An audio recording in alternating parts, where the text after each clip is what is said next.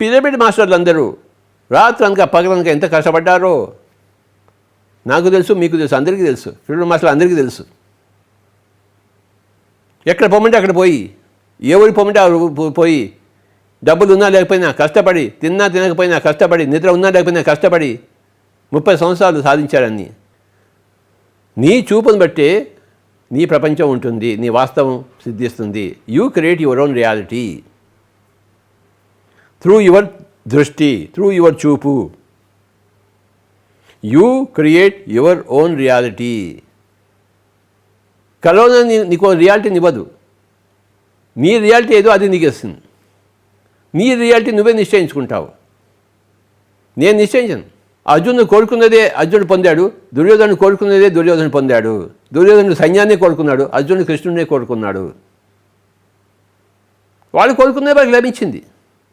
కృష్ణుడు ఏం పక్షపాతి కాడు. వాళ్ళు ప్రగాఢంగా ఏది కోరుకున్నారో అదే వాడికి ఇచ్చారు. చూసారా? దుర్యోధనుడికి కృష్ణుడు అక్కర్లేదు, అర్జునుడికి కృష్ణుడి సైన్యం అక్కర్లేదు. అదే పొందారు వాళ్ళు. ముందు వచ్చినా తర్వాత వచ్చినా, ముందు అడగబడినా తర్వాత అడగబడినా వాళ్ళకి కోరిక వాళ్ళకి నెరవేరింది. అది సృష్టి యొక్క ధర్మము. ఎవరికి ఏది కావాలో అది వాళ్ళకి ఇస్తుంది. హిరణ్యకశిపుడు తపస్సు చేశాడు, నా ఇలా చాపకూడదు అలా చాపకూడదు ఇచ్చేశాడు శివుడు. ఆలోచించేవాడు వాడు, ఇచ్చేస్తాడంతే. తర్వాత తిరిగి ప్రాబ్లం సాల్వేషన్. ఎవడు అడిగినా వాడికి అది లభించబడుతుంది. సృష్టి ధర్మము. వాడు హిరణ్యకశిపుడా లేకపోతే గౌతమ బుద్ధుడు చూసుకోవద్దు. ఎవరికైనా ఎవడు ఏది కావాలంటే అది వాడికి అది ఇస్తుంది. తథాస్తు, అలానే జరుగుగాక. So be it. మనకి ఏది కావాలో మనమే తెలుసుకోవాలి. మన చూపు ఎలాంటిదో మనమే తెలుసుకోవాలి. బాబా, ఫ్యాన్ ఉందో లేదో తెలుసుకోవడానికి నీ కళ్ళెత్తి చూడాలి. పరలోకాలు ఉన్నాయో లేదో తెలుసుకోవడానికి నీ ధ్యానం చేయాలి. ఇహలోకపు చూపుని కట్టేసేస్తే పరలోకపు చూపు వస్తుంది. నేను పైన ఉన్న ఫ్యాన్ చూడాలంటే నా ముందున్న కెమెరాని చూడడం మానేసి పై వైపు నా కళ్ళు తిప్పాలి. నా కళ్ళు ఉన్నాయి కానీ నా కళ్ళని పై వైపు తిప్పితే ఓహో ఫ్యాన్ ఉందా, ఇందాక నుంచి నాకు తెలియదే, ఫ్యాన్ ఉన్నా నేను వాడుకోలేదే ఫ్యాన్ని అని తెలుస్తుంది. ఇప్పుడు ఫ్యాన్ తిప్పబోయే ఫ్యాను గాలి వస్తుంది అంటాను నేను. అది ఫ్యాన్ ఉన్నదే గాలి కోసం. పైలోకాలు ఉన్నవాళ్ళే నీకు సహాయం చేయడం కోసం. కానీ అవి ఉన్నాయనే నీకు తెలియదు ఎలా వాళ్ళు ఎలా సహాయం చేస్తారు? తిరుగుతుందా అంటే ఇప్పుడు నువ్వు కెమెరా తిప్పావు కనుక ఆ కెమెరా కనబడుతోంది. ఇంతకుముందు కెమెరా మరి నా వైపు చూపు, కెమెరా కనబడుతుందా ఇప్పుడు? లేదు, చూడటం లేదు. ఆ ఫ్యాన్ కనబడితే తిప్పరా అంటాము. పైలోకాలు ఉన్నాయని తెలుసుకుంటే ఓ పైలోక మాస్టర్స్ మాకు సహాయం చేయండి అని కోరుకుంటావు. వాళ్ళు సహాయం ఇస్తారు. వాళ్ళు సహాయం ఇవ్వడం కోసమే ఉన్నారు. ఫ్యాన్ ఎందుకు ఉంది? గాలిని ఇవ్వడం కోసమే ఉంది. కానీ నువ్వు ఫ్యాన్ ఉన్నప్పుడు ఫ్యాన్నే చూడలేదు నువ్వు. ఇక ఫ్యాన్ స్విచ్ ఆన్ ఎలా చేస్తావు? నీ గాలి ఎలా వస్తుంది?